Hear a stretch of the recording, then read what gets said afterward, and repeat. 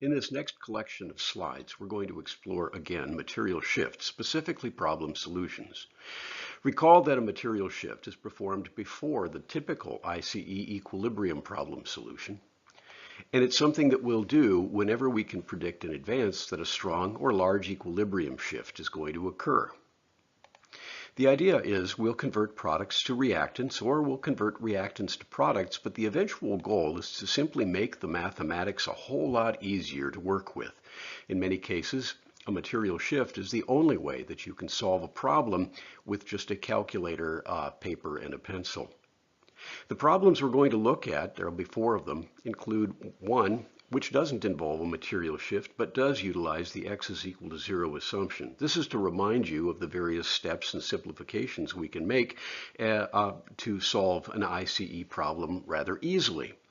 And then we're going to amp it up a little bit, and we'll look at a second problem where we cannot use the x is equal to 0 assumption, and where a traditional ICE problem solution would become rather unwieldy and difficult to use or to do, and where a material shift is going to be required. We'll add a slightly different spin to that very same problem, where we have a very small equilibrium constant, again favoring the reactants, a situation where the x is equal to 0 assumption is invalid and where a material shift will have to be performed. And as I said, there's a slight spin on this problem in comparing it to problem number 2. And then finally, we'll look at problem number 4, which flips things around a bit, a different equilibrium, one that favors the products and has both products and reactants initially present, and yet a material shift will be required before we can use the x is equal to 0 assumption and solve the problem easily. To get us started, let's look at an equilibrium problem that doesn't require a material shift.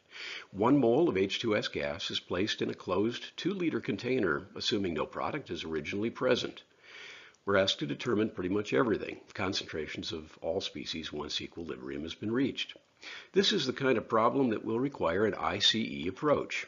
And so what we'll need to do is calculate the initial concentrations and then go about solving the equilibrium problem, as we've done before. Now, the only thing that we have that's a non-zero quantity is the 1 mole of H2S, and that's in a 2-liter container. We'll need the concentration, and so I'll take 1 divided by 2 to come up with 0.500 molar. Neither the H2 nor the S2 are present initially, and so their concentrations are 0. Now, our attention is drawn to the equilibrium constant. Such a small equilibrium constant reminds us that this is a reaction that is going to favor reactants. Small equilibrium constants favor reactants, and initially we have only reactants present. In other words, the material in this problem is on the reactant side, which is where the equilibrium constant would prefer to see it. However, the reaction does still have to shift to the right because we can't have zeros in an equilibrium problem solution. The two product amounts, 0 molar for H2 and 0 molar for S2, mean that the reaction has to shift to the right to make these numbers non-zero. But again, since the equilibrium constant is so small, we don't expect a large shift, and we should be able to use the x is equal to 0 assumption, because everything for the most part is going to remain on the reactant side with only a slight shift to the right to create non-zero amounts. This means that we've got easy math ahead and that a material shift, of course, is not required. We go about solving the rest of the problem by filling in the variables for change. The H2S concentration is going to drop by an amount of 2x, the H2 concentration will go up by an amount 2x, and the S2 will go up by an amount x, leaving us with equilibrium concentrations in terms of x of 0.5 minus 2x, 0 plus 2x, or simply 2x, and 0 plus x. Again, that would be just x. Now, we go back to the law of mass action for this problem, taking products over reactants and filling in the various equilibrium quantities that we've determined. So on the top, we'll have the concentration of hydrogen gas, and don't forget to square it, that's the 2x squared part, the concentration of the sulfur gas, which is x, and then the concentration of the reactant, 0.5 minus 2x, but that's squared as well because it's got a coefficient of 2 in front of it. All right, so what we can do is we can assume that this quantity 2x is actually equal to 0. Now, let's just remind ourselves of when we can use this approximation. You can only make an assumption that x is equal to 0, or in this case 2x is equal to 0, when you've got a reaction that you can predict is not going to shift very much. And this is a reaction that satisfies that criterion because it begins with mostly reactant present, and in fact that's what the equilibrium constant wants in the end anyways, and so it's going to be a very slight shift. Another thing to keep in mind is that none of the other x's have been either added or subtracted to a constant value. The 2x that I've got circled for you there is subtracted from 0.500 and therefore is a candidate for the x is equal to 0 assumption. Neither of the other two x values is either added or subtracted and therefore cannot be considered as an x is equal to 0 candidate. This 2x is the only one that we can make this assumption for, and this simplifies the arithmetic considerably.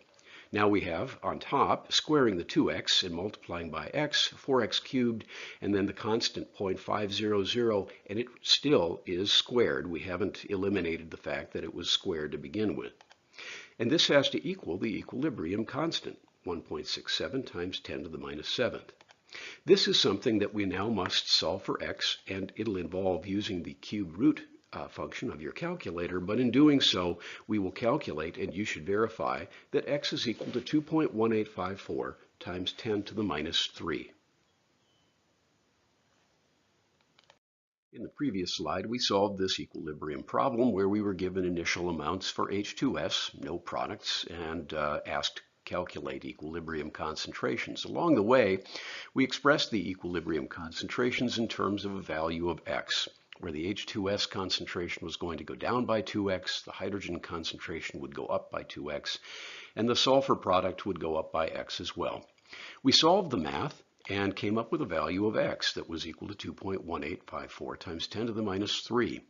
Now, as we finish up the solution to this problem, there are three things we need to focus on. The first is that we have to calculate the equilibrium concentrations. The second is that we have to perform a 5% check to make sure that our assumption is actually within 5% and is valid. The last is we should check the equilibrium concentrations that we calculated to be sure that they reproduce the equilibrium constant given above. We'll start with the equilibrium concentrations on the left. The equilibrium concentration of the H2S is given above by 0.50 minus 2x, and when we substitute a value of x in for x in this expression, we'll calculate a value for the concentration which is approximately equal to 0.496 molar, a slight decrease from the 0.500 molar that we had to begin with.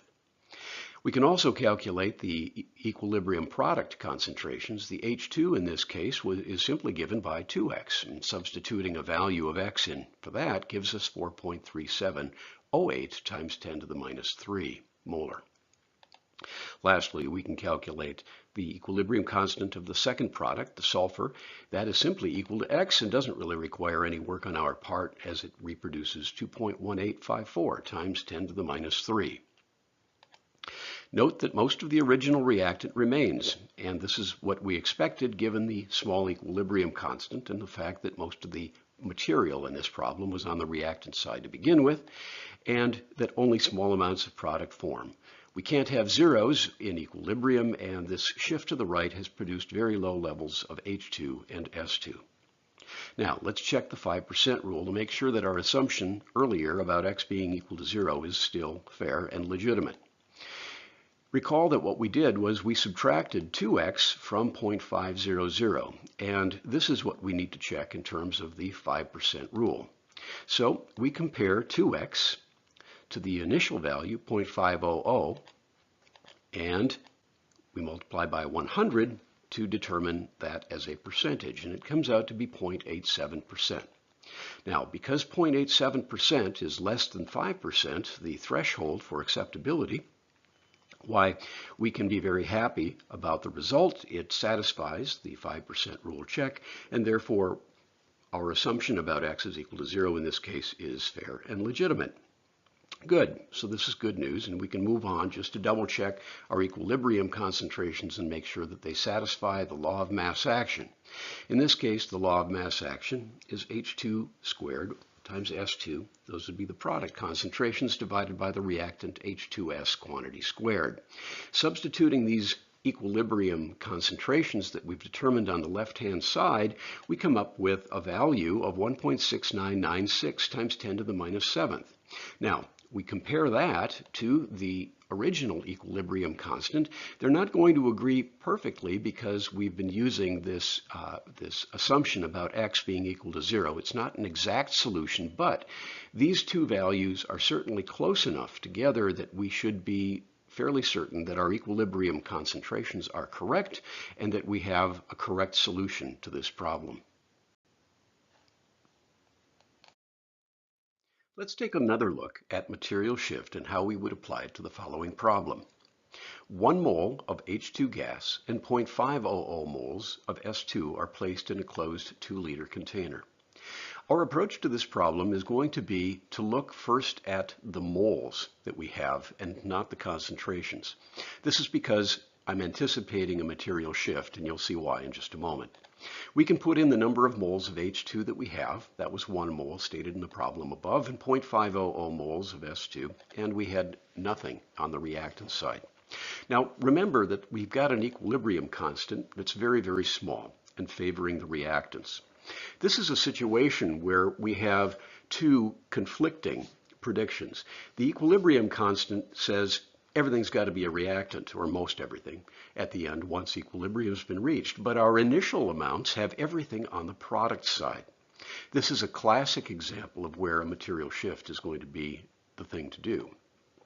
So we've got a small equilibrium constant favoring reactants. We have only products present, and thus we can predict that the reaction is going to need to shift strongly to the left and make these reactants.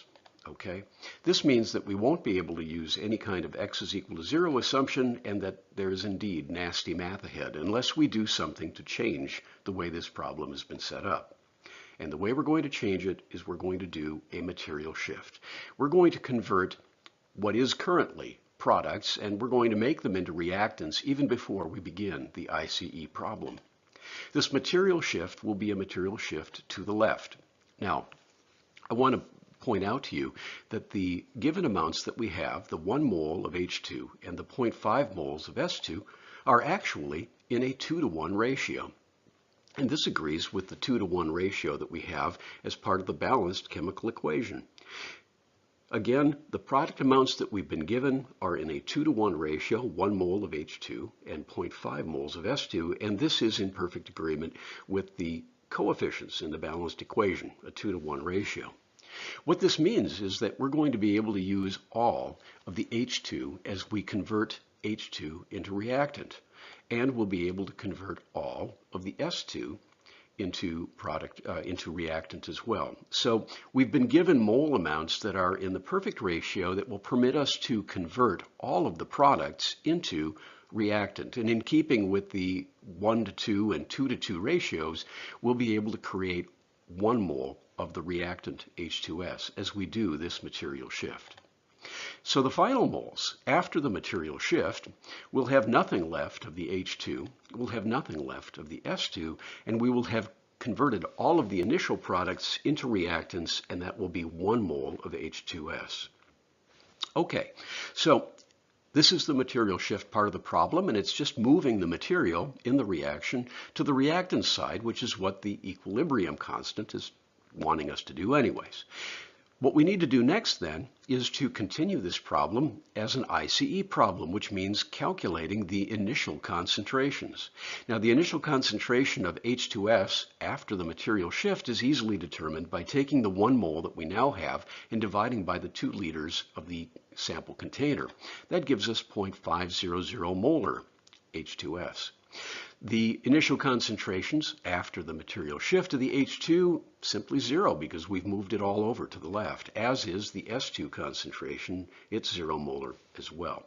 Now, these concentrations that we have here are exactly the same as the initial concentrations for problem number 1 that we solved previously. And we solved that problem using the x is equal to 0 assumption, which is now something that we can do in solving this problem. I'm not going to repeat for you the solution of the problem because it's going to be exactly the same as for problem number 1 using the x is equal to 0 assumption, which gave us the concentrations of H2S, H2, and S2 that you see there on screen. However, if this were a problem that you were working from scratch, without the benefit of having worked problem number 1, you'd then want to continue and check these equilibrium concentrations with the law of mass action, as well as check the 5% rule to make sure that it was valid and legitimate. Again, all of that was done with problem number 1, and we can stop there. We have the equilibrium concentrations now post-material shift for this particular problem.